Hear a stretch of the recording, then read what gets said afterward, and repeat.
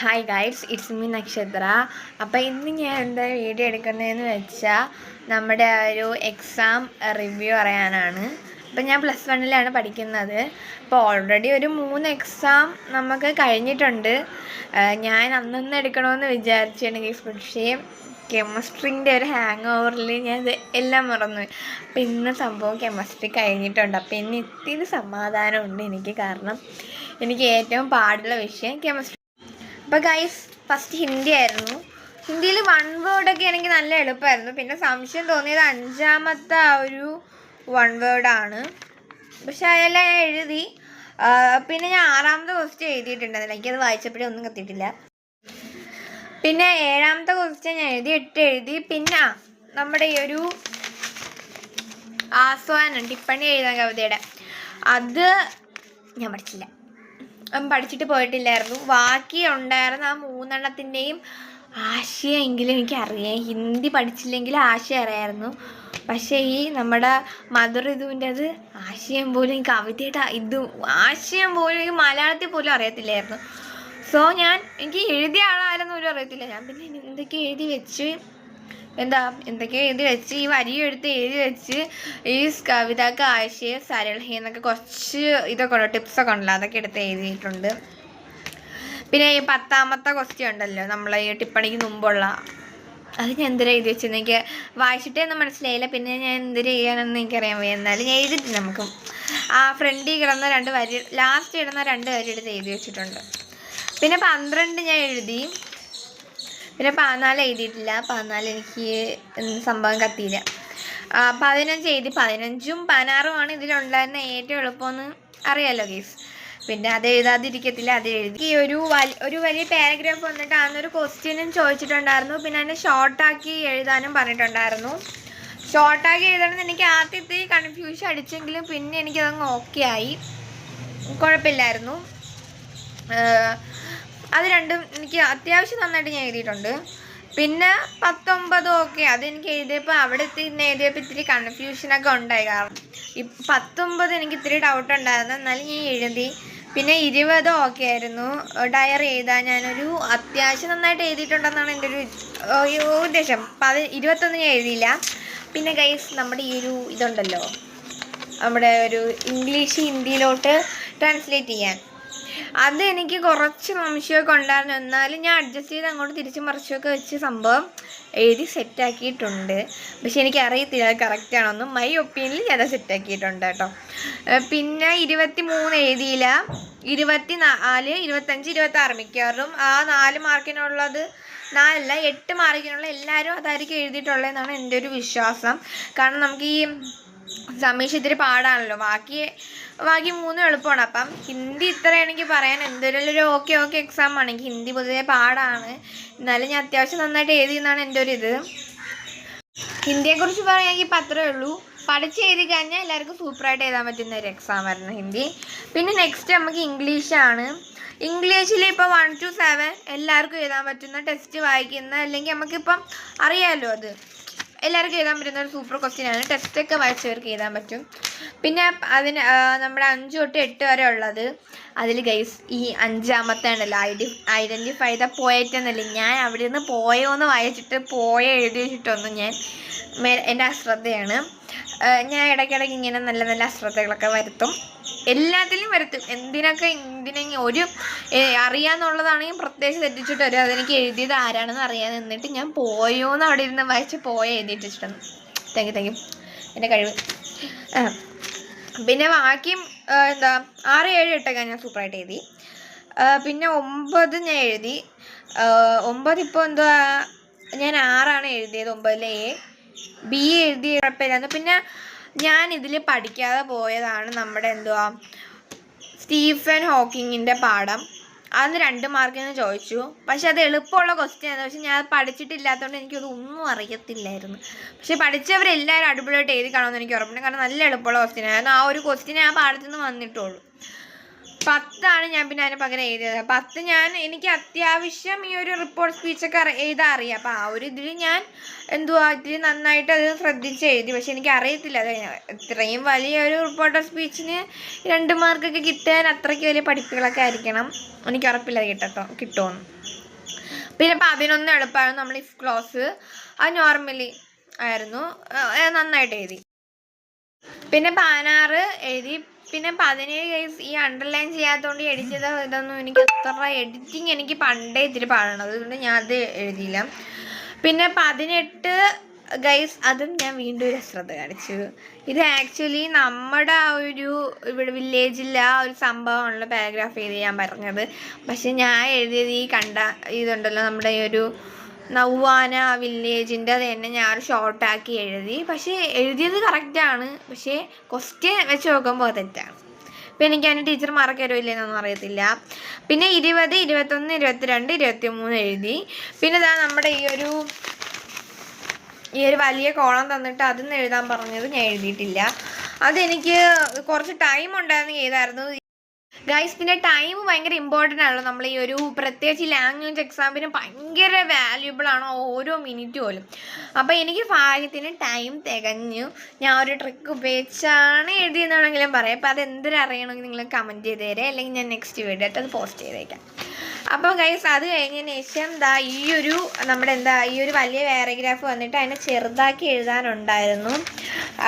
അത് ഞാൻ സൂപ്പറായിട്ട് എഴുതി, കാരണം അതെനിക്ക് അറിയാമായിരുന്നു നന്നായിട്ട്. ഇതും ടൈം മാനേജ്മെൻറ്റിൻ്റെയും എങ്ങനെ നോക്കാമെന്ന് ഞാൻ അടുത്ത നെക്സ്റ്റ് ഒരു വീഡിയോ ഇട്ടേക്കാവേ. പിന്നെ നമുക്ക് വന്നത് നമ്മൾ ട്രാവൽ എസ് എഴുതാനാണ്.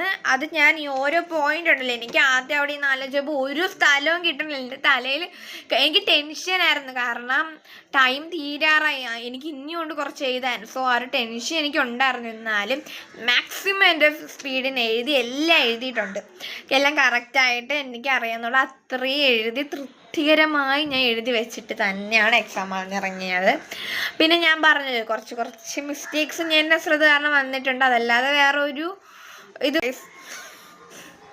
ഈ ഒരു സാധനം ഉണ്ടെങ്കിൽ ഉണ്ടല്ലോ എത്ര ടൈമില്ലെങ്കിൽ സൂപ്പറായിട്ട് ഇരുന്ന് എക്സാം ചെയ്താൽ. പിന്നെ എഴുതിയത് 27 എനിക്ക് അഹിംസയുടെ ഒരു സ്പീച്ചായിരുന്നല്ലോ, എനിക്ക് അത് വായിച്ചിട്ട് കത്തിയില്ല, കാരണം ആ ഒരു ടെൻഷന് എനിക്കൊരു ബോധമില്ല. ഇത് ഓൾറെഡി ഞാൻ വായിച്ചായിരുന്നു, എന്നാലും ഞാൻ സ്പീച്ച് കണ്ടപ്പോൾ ഓക്കെ സ്പീച്ചല്ലേ ഒരിതിൽ എഴുതാം. അത് ക്വസ്റ്റ്യൻ ഞാൻ വിട്ടിട്ട് 25ാമത്തെ ക്വസ്റ്റ്യനാണ് നോക്കിക്കൊണ്ടിരുന്നത്. അങ്ങനെ ഞാൻ പിന്നെ സ്പീച്ചിരുന്ന് എഴുതി. സ്പീച്ചൊക്കെ സൂപ്പറായിട്ട് എഴുതിയിട്ടുണ്ട്. സ്പീച്ചൊക്കെ എഴുതി തുടങ്ങാൻ കുറച്ച് മെത്തേഡ്സ് ഉണ്ട്, അല്ലെങ്കിൽ കുറച്ച് ഇമ്പ്രസീവ് ആയിട്ടുള്ള ലൈനൊക്കെ ഉണ്ട്. അപ്പോൾ അതൊക്കെ വെച്ചാണ് സ്റ്റാർട്ട് ചെയ്തത്. പിന്നെ നമ്മുടെ 28ാമത്തെ ഈ ഒരു പോയിന്റിൻ്റെ അപ്രീസിയേഷൻ ഉണ്ടല്ലോ 28ാമത്തത്, അതെനിക്ക് എഴുതണമെന്നുണ്ടായിരുന്നു. പക്ഷെ ലാസ്റ്റ് എനിക്കിപ്പം ടൈം പൊക്കോണ്ടിരിക്കുകയാണ്, ആ ഒരു റിസ്ക് എടുക്കാൻ വയ്യാത്തതുകൊണ്ട് ഞാൻ അത് എഴുതിയില്ല. ദെൻ ഇത്രയേ ഉള്ളൂ. എനിക്ക് ഇംഗ്ലീഷ് പറയാം. ഇംഗ്ലീഷ് ടീച്ചർ പറഞ്ഞ അതേ മെത്തേഡിനാണ് ക്വസ്റ്റ്യൻ ചോദിച്ചത്. അങ്ങനെ ഗൈസ് നെക്സ്റ്റ് കെമിസ്ട്രിയാണ് എനിക്ക് ഏറ്റവും പാടുള്ള എക്സാം, നമ്മളെ ഇന്നത്തെ എക്സാം. ഇതിനെക്കുറിച്ച് പറയുകയാണെങ്കിൽ നോ വേർഡ്സ്, എനിക്ക് അത്രയുള്ളൂ പറയാൻ, വേറൊന്നുമില്ല. എൻ്റെ അടുത്തൊന്നും ചോദിക്കരുത്. ഇതിലിപ്പോൾ നമ്മൾ ഇംഗ്ലീഷും മലയാളവും ഉണ്ടല്ലോ, അപ്പോൾ സംഭവം ക്വസ്റ്റ്യൻ പേപ്പറിന് നല്ല കട്ടിയുണ്ടായിരുന്നു. എനിക്ക് അത്ര മാത്രം അറിയാം. ഇതിൽ ആദ്യത്തെ ക്വസ്റ്റ്യൻ എനിക്ക് അറിയത്തില്ല, 2ാമത്തെ ക്വസ്റ്റ്യൻ ഞാൻ എഴുതി തെറ്റിച്ചെന്ന് തോന്നുന്നു, 3ാമത്തെ എനിക്ക് അറിയാവുന്ന ഫ്ലോറിൻ, 4ാമത്തത് എനിക്ക് തോന്നുന്നു നമ്മൾ CCl4 ആണെന്ന്, 5ാമത്തെ ഞാൻ എഴുതിയില്ല. പിന്നെ ഈ 2ാമത്തേൽ 8 എഴുതിയത് എനിക്ക് ഏതൊക്കെ ഉറപ്പുണ്ടെന്ന് പറയാം. 6ാമത്തത് ഒരു ഓക്കെയാണ്. 7 ഒരു 50-50 ആണ്, ഇക്വേഷൻ മാത്രമേ ഞാൻ എഴുതിയുള്ളൂ. 8 2P ഇല്ലേ, അതെനിക്ക് അറിയത്തില്ല കറക്റ്റാണെന്ന്. 2S ഓക്കെ ആണെന്ന് തോന്നുന്നു. 9ാമത്തിൽ Mഉം Sഉം എനിക്ക് അറിയത്തില്ലായിരുന്നു. 10 2 എനിക്കറിയത്തില്ലായിരുന്നു. 11 2 എനിക്കറിയത്തില്ലായിരുന്നു. പക്ഷേ 12ാമത്തെ കേസിന് ഒരു രഹസ്യം പറയാം. നിങ്ങൾ സൂപ്പർ 16 കണ്ടവരാണെങ്കിൽ നിങ്ങൾക്കറിയാം ഇതേ ക്വസ്റ്റ്യൻ നമ്മുടെ സാറ് അതിൽ പറഞ്ഞിട്ടുണ്ടായിരുന്നു. 2ഉം നെഗറ്റീവാണ് ഉത്തരം, എനിക്കറിയാം, കാണാതെ പഠിച്ചിട്ടുണ്ട്. ഓക്കെ, അപ്പോൾ ഇനി നെക്സ്റ്റ് നമ്മളെ 13 അറിയാമായിരുന്നെങ്കിൽ പോലും ഞാൻ അത് എഴുതാതെ 14 എഴുതിക്കൊണ്ടുവന്ന് ലാസ്റ്റ് 14 എഴുതി സമയം അത്രയും അവിടെ കളഞ്ഞിട്ട് ഞാൻ വീണ്ടും ഒന്നേന്ന് വായിച്ചു നോക്കി അറിയാമെന്നുള്ള ഏതെങ്കിലും കിട്ടുമെന്ന്. ലാസ്റ്റ് കേസ് എനിക്ക് 13ാമത്തെ അറിയാമായിരുന്നു. ഞാൻ പിന്നെ അത് ചെയ്ത് എനിക്ക് തോന്നുന്നു ഇതും സാറ് ചെയ്തിട്ടുണ്ട്, ഇതേ ഇതല്ലേ ഇതേപോലത്തെ ഒരു മോഡൽ ചെയ്തെന്നാണ് എൻ്റെ വിശ്വാസം. അതേപോലെയൊക്കെ ഞാൻ ഏകദേശം ചെയ്ത് വെച്ചിട്ടുണ്ട്. പിന്നെ നമ്മുടെ ആ ഒരു എന്തുവാ 15 എഴുതിയില്ല, 14 ഞാൻ ഒരു ആ ഫസ്റ്റത്തെ എഴുതി, സെക്കൻഡ് എനിക്ക് അറിയത്തില്ല, പക്ഷെ അത് രണ്ടും കറക്റ്റാണെന്ന് എനിക്ക് ഒട്ടും അറിയത്തില്ല. പിന്നെ ഗൈസ് 16 എഴുതിയില്ല, നല്ല തുടക്കം. 17 എഴുതി ഗൈസ്. 18 ഞാൻ എഴുതിയില്ല. 18 എനിക്ക് ആദ്യത്തെ ഞാൻ പഠിച്ചായിരുന്നു, മറന്നുപോയി. പിന്നെ ഞാൻ അത് എഴുതിയില്ല, കാരണം രണ്ടാമത്തെ ഒട്ടും അറിഞ്ഞൂടല്ലോ. പിന്നെ 19 എഴുതി, അത് ഓക്കെ ആയിരുന്നു, അതറിയായിരുന്നു. പിന്നെ 20 എനിക്ക് ആദ്യത്തെ വായിച്ചപ്പം കത്തിയില്ല, ലാസ്റ്റ് എന്തെങ്കിലുമൊക്കെ എഴുതി വയ്ക്കേണ്ടതെന്ന് പറഞ്ഞ് 20 വായിച്ചപ്പോൾ ഒരു ഏകദേശം ഐഡിയ കിട്ടി. ഇലക്ട്രോണിക് കോൺഫിഗറേഷനൊക്കെ എഴുതി വെച്ചിട്ട് അങ്ങോട്ടും ഇങ്ങോട്ടും എന്തിനൊക്കെ ഞാൻ മറിച്ച് ചെയ്ത്, പിന്നെ ക്വസ്റ്റ്യനൊക്കെ എഴുതി വെച്ചിട്ടുണ്ട്. പിന്നെ 21 ഞാൻ എത്ര തവണ പഠിച്ചെന്ന് അറിയത്തില്ല, പക്ഷേ ഞാൻ അവിടെ ചെന്നപ്പോൾ മറന്നുപോയി. 2 പോയിന്റ് എഴുതിയുള്ളൂ, 1 പോയിന്റ് ഞാൻ എഴുതിയില്ല. 22 ഞാൻ എഴുതി, അത്യാവശ്യം നന്നായിട്ട് എഴുതിയിട്ടുണ്ട്.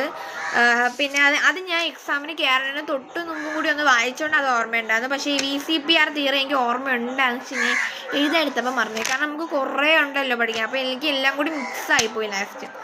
23 എനിക്ക് അതേപോലെ ഫസ്റ്റത്തെ ഒരു ലോ വന്നിട്ട് 2 എണ്ണമായിട്ട് മിക്സ് ആയിപ്പോയി. ലാസ്റ്റ് ഞാൻ ഓർത്തിരുന്ന് എടുത്ത് സംഭവം കിട്ടി. പിന്നെ ഇത് എന്തുവാ രണ്ടാമത്തെ അറിയാമെന്ന്. 23 സൈലത്തിൽ പറഞ്ഞിട്ടുണ്ടായിരുന്നു. ഗേസ് ഞാൻ സ്പീഡ് ഇത്തിരി കൂട്ടി, കാരണം വീട് ലാഗ് അടിക്കേണ്ടെന്ന് കരുതി. 24 എനിക്ക് അറിയത്തില്ലായിരുന്നു, കാരണം 24 ആ 2 എണ്ണം ഒഴിച്ച് ബാക്കി എല്ലാം എന്തായാലും എനിക്ക് അറിയായിരുന്നു. ആ 2 എണ്ണം തന്നെ അവർ കറക്റ്റ് ചോദിച്ചു. Very good. അപ്പം ഞാൻ പിന്നെ അത് എഴുതിയില്ല. 25 എഴുതി. 25 എഴുതിയത് 25 എനിക്ക് അറിയാവുന്ന സൂപ്പറായിട്ട് എഴുതി. എനിക്ക് കിട്ടിയത് 3 ഫോർവേഡ് റിയാക്ഷൻ ആണെന്നാണ് എൻ്റെ വിശ്വാസമായിരിക്കും. പിന്നെ ഗൈസ് നമുക്ക് 26 ഇപ്പം അതെനിക്കൊരു സംശയമുണ്ട്, ഒരു 50-50 ആണ്.